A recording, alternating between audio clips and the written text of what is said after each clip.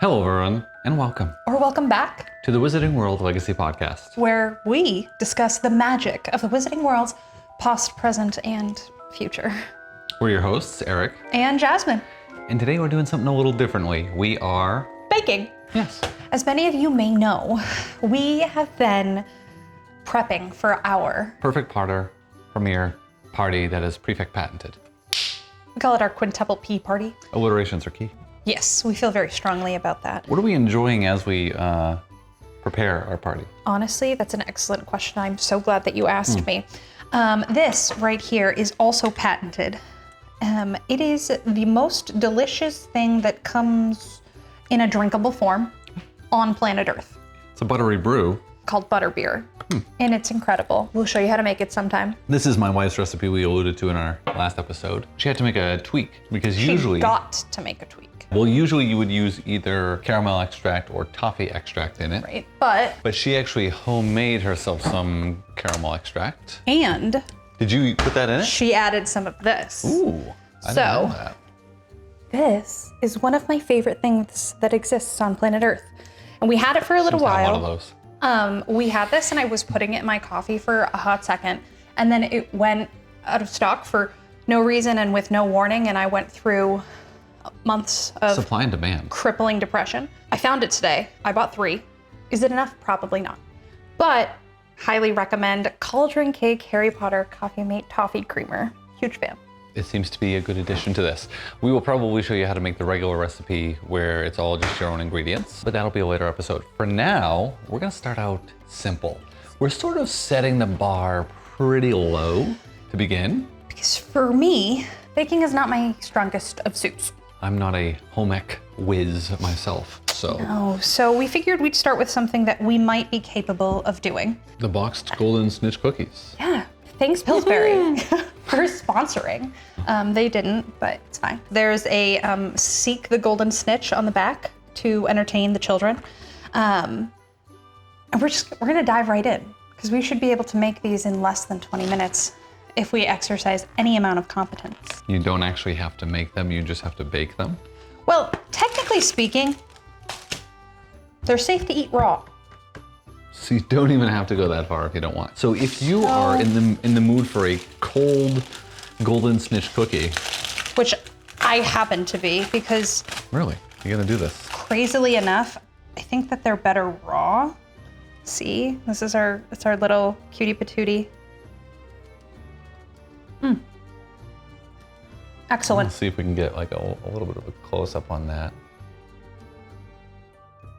First things first, we need to heat the oven to 350 degrees Fahrenheit or 325 degrees Fahrenheit for nonstick cookie sheets. Then, as Eric is so eagerly demonstrating, you're gonna place the cookie dough rounds, these are more like squares, but whatever, on an ungreased cookie sheet. I think this is probably the best shot we've ever had. Great job, Eric. Thanks. So yeah, you get them all lined up on your pan. Once the oven is preheated to 325. For all of the baking baddies out there who have long hair, we wanna make sure that's up because if you put your hair in these cookies, people aren't gonna eat them and they're gonna be devastated. Also recommend washing your hands beforehand. And now we are quite literally standing here waiting for the oven to preheat. We were not smart enough to preheat the oven. This is why we're starting with pre-made cookies. Exactly. And when I say we started with pre-made cookies, I do mean we consulted our executive chef on how best to prepare the pre-made cookies. Yep. So it's gonna be a long journey, but we are so excited and so dedicated to our quintuple P party. Did you figure out rock cakes yet? Well, no, so we're doing, yeah. Ooh, I got brain freeze. It is a frozen butterbeer. We have decided that we are going to work through some of the prepackaged mixes if we can find them. These were easy to find. There is pumpkin sorting hat cupcakes, and there's also chocolate frog truffles. There's one other thing. It looks just like a chocolate cupcake to me, but there's something about the forbidden forest. If you find those, let us know where to find them because we haven't been able to find them yet. So those are likely gonna show up. Beyond that, feels like rock cakes are doable. Cassie and I are gonna be making Minerva's magical biscuits. Yeah, she started to tell me about that. And maybe They could be caramel dipped or chocolate. Yeah. Cassie was talking sort of about like a Twix. And Kind of vibe. when we say Minerva's Magical Biscuits, we're not just picking a cookie and naming it after a character. There is a scene in which Minerva says to Harry, "Have a biscuit, Potter." yeah, more like that. So I think that'll be fantastic. I have heard wonderful things about how those could possibly turn out, and I'm so excited. Am I qualified to make Scottish shortbread, caramel, toffee, or even tempered chocolate in any way whatsoever? No, I'm not. Is Eric? Also no. I can make the shortbread. Okay, all right, we'll give him that. Here. Oh, Oh my gosh, that was the oven. it's preheated. My goodness. Cookies, oven, safe. Hey Google, set a timer for 11 minutes.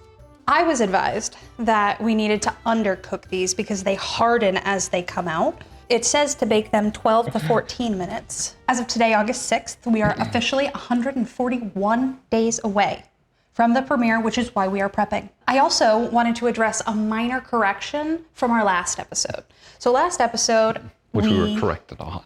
Which we were corrected on multiple times, and we very much appreciate you informing us because we like to improve our Harry Potter knowledge for you guys and for us. Or at least the relaying of it. And the relaying of it. Yeah. Regardless, we had filmed our last episode the day before Harry Potter and J.K. Rowling's birthday. We had both posited that it was also Neville Longbottom's birthday. It wasn't. Nope. Neville Longbottom, I was informed, thank you again, his birthday is actually July 30th, and Harry's is July 31st. Now, I always thought that Harry, J.K. Rowling, and Neville were all born on the same day. Maybe not the same year, but same day-ish. I thought that the prophecy could apply to both Harry and Neville because they were both the boys that were born at the end of July. But it does say as the 7th month dies, which doesn't imply it has to be the last day. Right, So that was our bad. Right. It kind of does make me think that the prophecy was less applicable to Neville because he was born a day before. I mean, it was completely unapplicable because he was not marked as his equal. Well, yeah, I know, but we're talking about who the Dark Lord decided to mark as his equal. And so the Dark Lord could have decided to mark Neville as his equal, but didn't. Could do. Could be, but he didn't. So thank you so much for bringing that to our attention. We'll be sure to literally never make that mistake again. There's been slower news regarding the Harry Potter HBO series. I was confused about that, but then I read somewhere that it's actually because they are focusing on promoting the House of the Dragon. They were promoting that, wanted to get as many viewers as possible. But that season, I think it's season 4 maybe, that ends on August 9th. So I think in the next coming weeks, we're gonna get a whole lot more news about Harry Potter because partially we're getting ready to head back to Hogwarts. The HBO House of the Dragon show season will be concluding. I am curious if they're gonna do another season. I haven't really watched any of that. So on HBO, they were showing all the trailers for all the stuff, and slipped in there was Harry Potter, and it was recolor graded. I wonder why you brought that up and I didn't. Looked better. It was brighter. Everything was brighter. Everything was a little more poppy in terms of color. They didn't show any of the scenes because it wasn't like the whole trailer. They just showed like some flash scenes of the trailer, and they didn't show any of the Muggle world scenes. So I wonder if that was intentional so that they can keep that kind of dreary and... That would make sense to me. We are officially getting into season 2. Filming.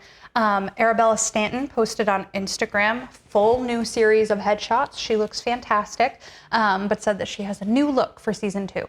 She looks the same, but still stunning. Well, she looks the same, but she's like, she looks more grown up. Not grown up, but like she looks like an older kid now, which obviously she is. That is kind of how age works. She's looking more grown up than her counterparts, who still have, like, their faces still have that childish kind of look to them. Wait, we have to check the cookies.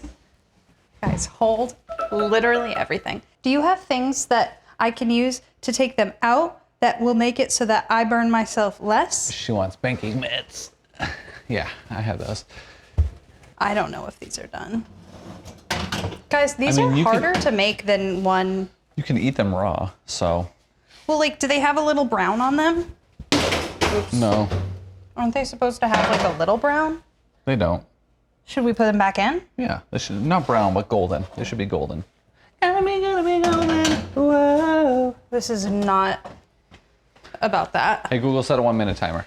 So as we get into season 2, yeah, we're learning more about existing cast. Arabella's posting more on her socials, which is nice, I guess. So fun. The cast is starting to get back together again because they're filming season 2. So we have some of the cast members. Edison Birch, who posted a photo of himself and 3 other castmates. Pansy Parkinson, Lee Jordan, Terrence Higgs, and Miles Bletchley. So it's really exciting to see at least Arabella's team and some of the cast members starting to share out some of the excitement about season 2. You know what I would be excited about? What? Learning who the hell is going to play Arthur Weasley and Gilderoy Lockhart. I don't even care at this point about Gilderoy Lockhart. I just need He's kind of the main character. To get me an Arthur Weasley. This is the advocacy work that I have been dedicated to since we began. We will, though, actually need a Gilderoy, so that'd be good too. There was also some news about the set and Take whatnot. them out. So they're expanding the grounds at Hogwarts, except it's just the grounds at Leavesden for Escuela. the school expansion. Come on, Vamanos. Everybody, let's go to Escuela. I'm sorry. I think some of it came out your nose. But if you're a fan or if you can tolerate this, feel free to subscribe Like or like. or dislike it, whatever you gotta do. Yeah, I'd understand either way. Leave a comment about how offended you are I'll do it too. that our channel exists. That we are actually people who are allowed to function in society. So the school currently teaches 150. Most of the time. If there are like really big filming days with like a lot of kids, it can accommodate up to 600. But apparently they need more. I don't understand. I know there's a lot of people on set. Right. But I'm pretty sure they said they can accommodate up to 600 students, not students, staff, faculty. So How many kids are involved in this? you must have a shitload of extras. I mean, I know you've got every single person plus their double, plus their stunt double. Oh. So for every cast member, there's probably at least 3 people. Well, not for everyone, but for most of them, especially every lead actor and actress, there's going to be 3. That makes sense. But- Orchestrating all of those people would be so fun. And actually, there's probably closer to 6. Because if you only have X amount of time on set, Oh, yeah. because they're kids, Because they're kids.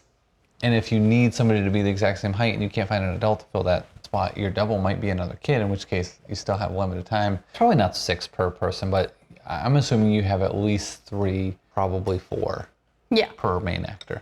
I agree. But still, 600? That's a lot. It's a lot. It feels like a lot, but I'm thrilled to know we're dedicated to the education of our young actors. I bet you they're going to have some pretty fun stories about having gone to school at Leavesden Studios. If you read the autobiography from Thomas Felton, he talked a lot about like classes and stuff like that. And behind the scenes, you would see them learning, but you'd also see them playing games together and all that kind of stuff. Imagine you can It was hire adorable. some incredible teachers. Yeah, I think they probably have the funds for that. The expansion does also include extra space for changing rooms and costume and prep and all that kind of stuff too. So it's not just teaching space. Escuela. It's not just Escuela, but that's a big part of it.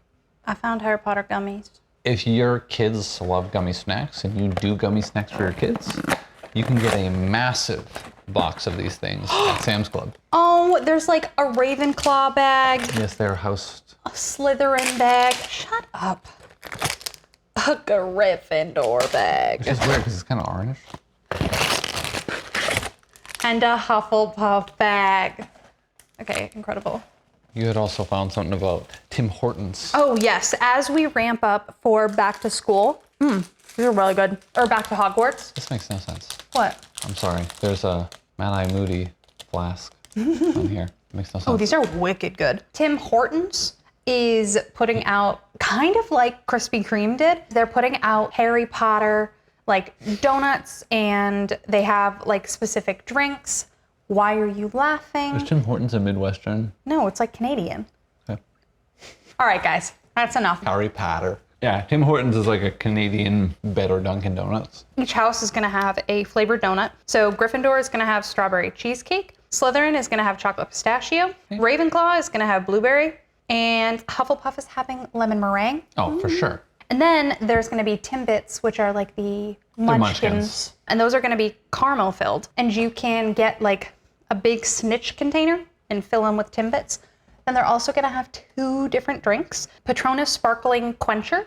I'm assuming that all their drinks are going to have like sparkle dust in it, which we need to get because it looks like a lot of fun and it makes things look really magical. The other one is the Forbidden Forest Tea, but they both come in color changing cups that are like activated with the different temperatures. They're coming out with a lot of crap. Mostly crap, actually. Mostly crap. The issue is I want some of it. And I think that's what I'm having a hard time with. I always like to mention fun little Lego sets when I find them. So there is a new... Some of them not so little. Slightly larger one, but... It's huge. I think it's pretty spectacular. It's the Ministry of Magic set. It's 3 tiers. So you have like how you would get into the Ministry of Magic as a visitor, not an employee. I've never taken the visitor's entrance. They have like the telephone box, and then underneath is that ministry corridor with the offices and the fountain. What does Hermione say? Who are they? Muggles in their rightful place. It's really tragic. So they have that in the middle level, and then beneath that they have a little bit of the like Hall of Prophecies and like a little bit of just like other ministry-ness. This would be super cool, like if you had a multi-tiered Lego setup, which would be so intricate to try to do, because you'd have to build in like structural support and all that. Absolutely. But this, along with the like Gringotts Bank one that is double tiered. Yeah. And then like if you were into like mock builds, you could go pretty wild with it. I have to imagine that someone's going to go at least somewhat wild. I'm always very fascinated by some of those creative builds. The last one we talked about, I think, was like that tiny little 700 pieces. And that was pushing it. And this is not that, because this one in the US costs $449.99. In the UK, it's 389.99 British pounds. And in other parts of Europe, it's $429.99. Euros. Cute little Lego set, kind of excited.